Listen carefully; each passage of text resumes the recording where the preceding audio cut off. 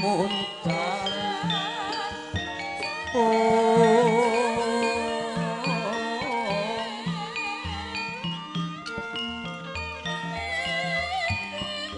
ingon rekopon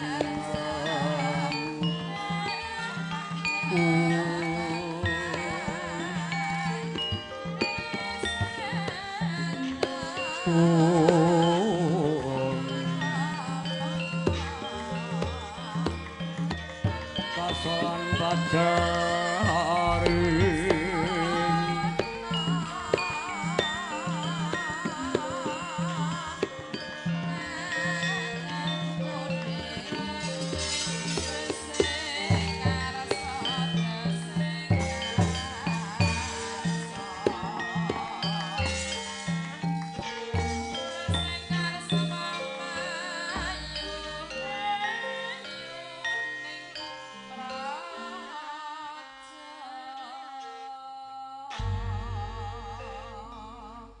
sansaya dalu laras abyor lintang kemedhep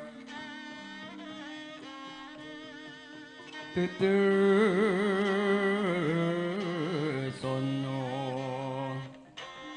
tengah bengi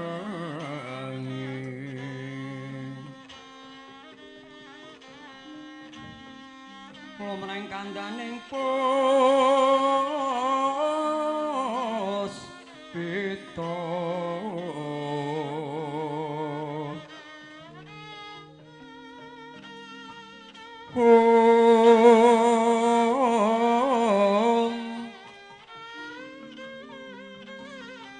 karyaning putyanira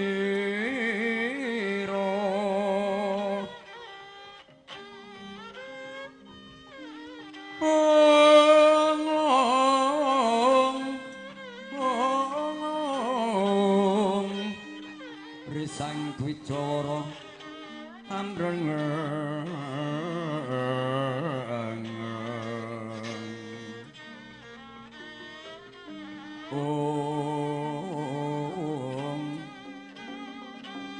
ler swaraning metu pronto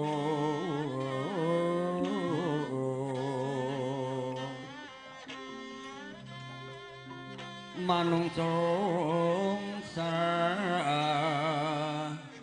dening kembang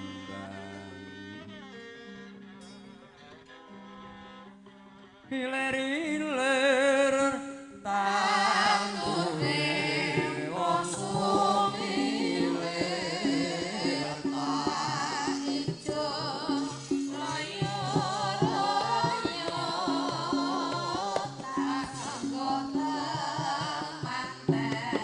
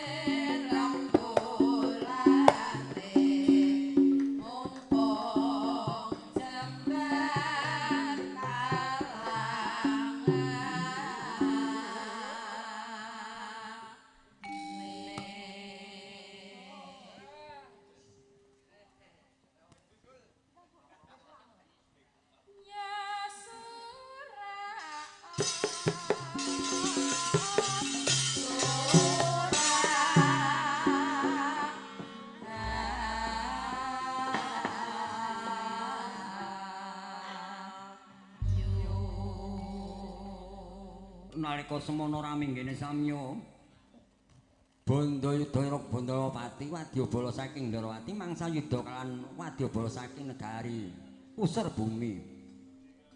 Najan para wadyabala Ndarawati sekti mandra guna praja ing jerit palukun parandene datan saged ngasuraken kridanira wadyabala saking negari Pusar Bumi.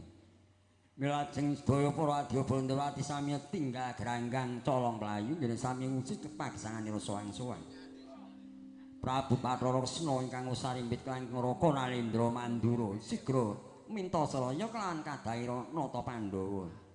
Ngawireh niwus mancik madya ratri. Nanging datan kadhe ingkang mapan wonten salebeting wana Tribasara. Raden Arjuna pinak lenggah pun sak nginggiling sela gilang den adhep para punakawan catur. Kalamun Cinandra saking Mandrayayah ungkur-ungkuran tindake para Punawan.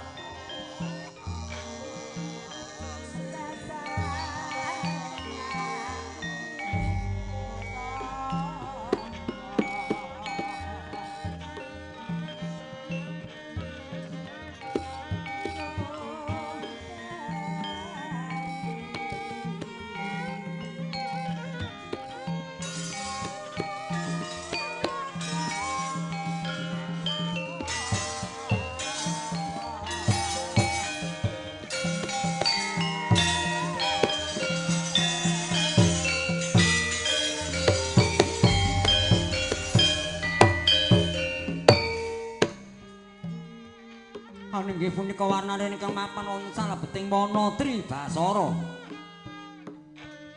Mila sinebat wana Tribasara tri kang isi telu basara bebaya. Nyata salebeting wana tasih wonten bebaya tikang perkawis. Ingkang sajuga tasih kathah isining beburon wana kayata kidang liman sarpa sardula. Ingkang remen badhok marang daginging jama manungsa. ingkang angka kalih tasih damel pacak barisaning para rata denawa ingkang kaping 3 tasih kathah isining lembut jin gendra tetekane lilut anaspati ingkang demen giri godha marang sipating jalma manungsa nalika semana sinten ingkang keparenggah wonten sakinggiling swela gilang sak ngandhaping randhuwana ingkang jejer sanga sadra panengahing Pandhawa ingkang kasih Raden Arjuna ya Raden Janaka ya Raden Kumbang ali-ali sadra kang bagus wananira bisa ajar-ajar bisa mancala putri lamun putra sami ngundhaken kasektenira para wanita sami ngundhaken kebagusanira sadaya ingkang dadi kangringing sungsang pengawak banyu Buaya Teja lenggah Raden Adepara punakaan catur Kyalura Semar Nala Kareng Petruk lan Bagong sedaya sami nglipur marang bendaranira anggene nembe nandhang Sungkawa teka kaya mangkono wijiling wicara ingkang dereng kaya sing lisan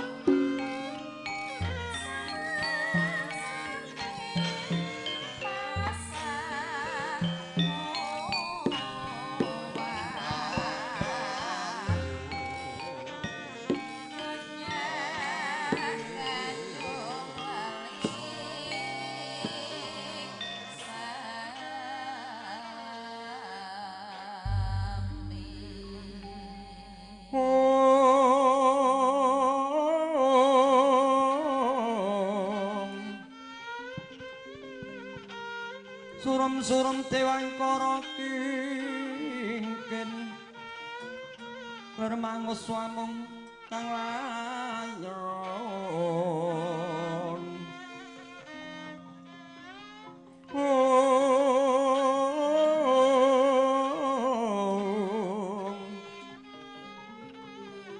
dina yang memanis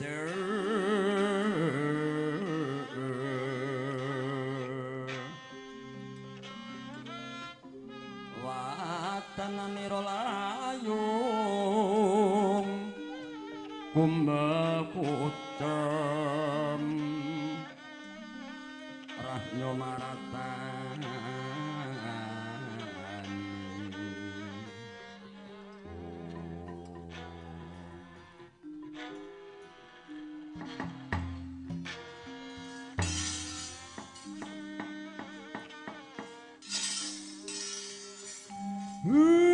Humel sak durita lae.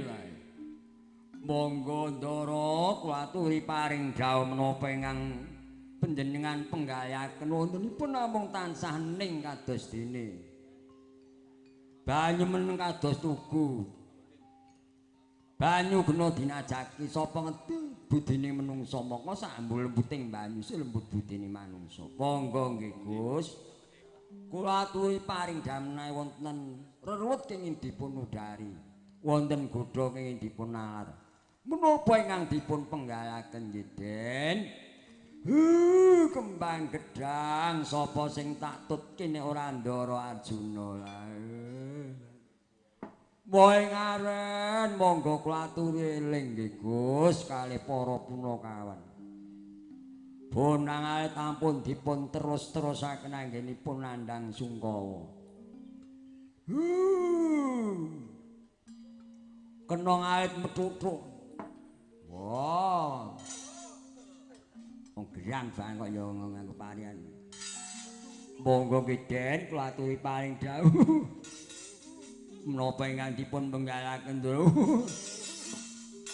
Oh, Kang Gareng iki. Carane iki nek pancen Ndara lagi nandhang susah ki ya kudu dilipur. Mergo isi ning donya ki ana rong perkara ya ana bunga, ana susah, ana lanang, ana wadon, ana awan, ana bengi ku wis sandangane ngurip. Wah ya ngono. Mula kandeng Ndara ki lagi Sungkawa mbok menawa mlehake prihatin apa ku mbok menawa mesti ana. Wah iya. Kula apik ayo padha suka parisuka mbangun sukane manah. Wah iya. Nek ngono padha ura-ura kono ya Dole. Caramu karepe ninggal jar penggali. Wah iya. Aku arep ngicipi karo sing tengah sik. Wah, apa tak jujuk tengah sik. Yo Mbak Ratih gandeng wis. Timbali karo Budhe Lubiasa anut kuring sambi kene kudu ketoken katingan makane ngaturake sing laras-larasan dhisik. Gong, badhe nyekar menapa kula manut. Bawa monggo bawa. Bawa melu to. Go bawa Mbak Ratih.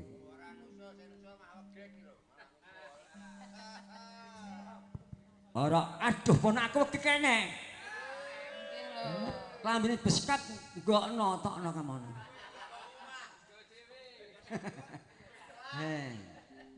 Iki mas sing ngegong wis gek apa gek gagal mas ngegong ngono. Wo lagi ayo disuda ngono. Ono aku kaya gek awake jan leguk nang ku ya trah sanga pengging ngono. Kabeh para putra ayah swargi simbah Gondomartaya kuwi putrane Mas ya kuwi Mas Maryata sing astana isi kono kuwi kramane ya pegawe isi pegawe sing becik unggul wae iki kudu diaturake kuwi Mas Maryata putrane Swargi Mbok Dekarsini dadi pengging iki sing sepuh ya Swargi Pakde Darmadi Swargi Pakde Minjaya sing nurunke Swargi Mas Wardono lho Dikuntudirya Pakde akeh dadi sedulurku kuwi ta mbokku ki ngragil dhewe si Bupani sing linggahno Mangkuwidan Kartosura dadi kuwi apa mlesatono Mangkuwidan iku ya trah pengging dadi mongko nek trah pengging karo trah njiring iki ya cek tunggal mbah di Mbah Jiring Mbah Arjo Jiring putri ki adine Mbah Gondomartaya putri dadi ya cek sedulur nek kersa ngaku wah ya mesti ya padha kaya ngapa ya Nyatane anak-anakku ya bisa neruske mamping kesenian anakku Tole Joko Delok ya dalang laris. Anakku Suroso ya dalang, anakku Tole Catur Nugroho dalang, dosen isi wae lumayan. Anakku wedok Nduk Siwasi ya pesinden. Nek bojoku iki trah saka semono iki trah turunipun Swagi Simbah Gondo Dikrama Mbah Cermo dadi ku ya jek trah bedalangan dadi sak orane nek pake mbok isih trah ki ndalah anak-anake ya mesa isih keturunan wae. Yo ngono. Mbak Rati monggo. Wong anakku nek mae ora tau jengkerke nalu-naluri ngono dadi ya aku mae tak glendhe-glendhe dimirengke karo sedulurku dadi sing kono-kono ya sedulur bedhang ya cek sedulur kabeh ora wong liya dalan.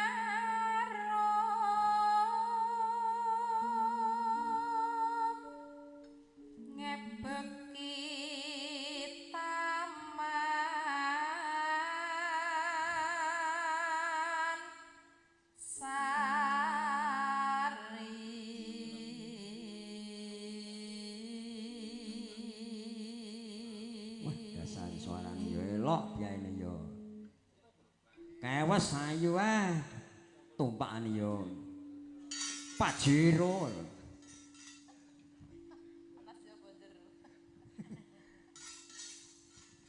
Monggo dilatih. Mamet prana satu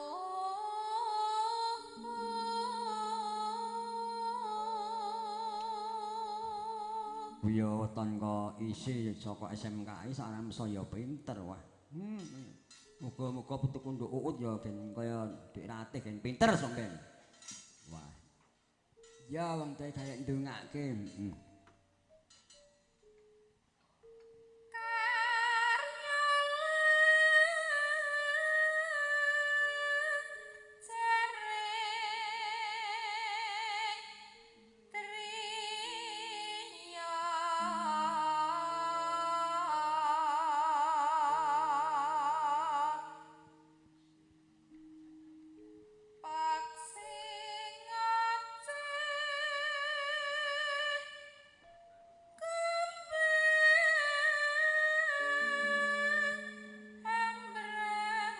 Aja turu, Bang. Wah, ora gitu. Oh, turu. Kira nggo musik iki laras-larasan.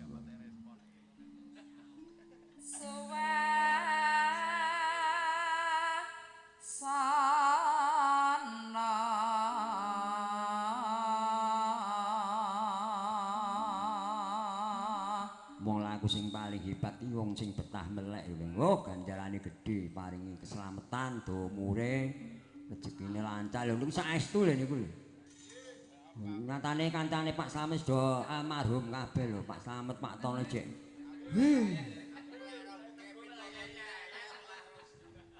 Kuwi ra bejaj. Yes, tukoke undang anake ping pira iki.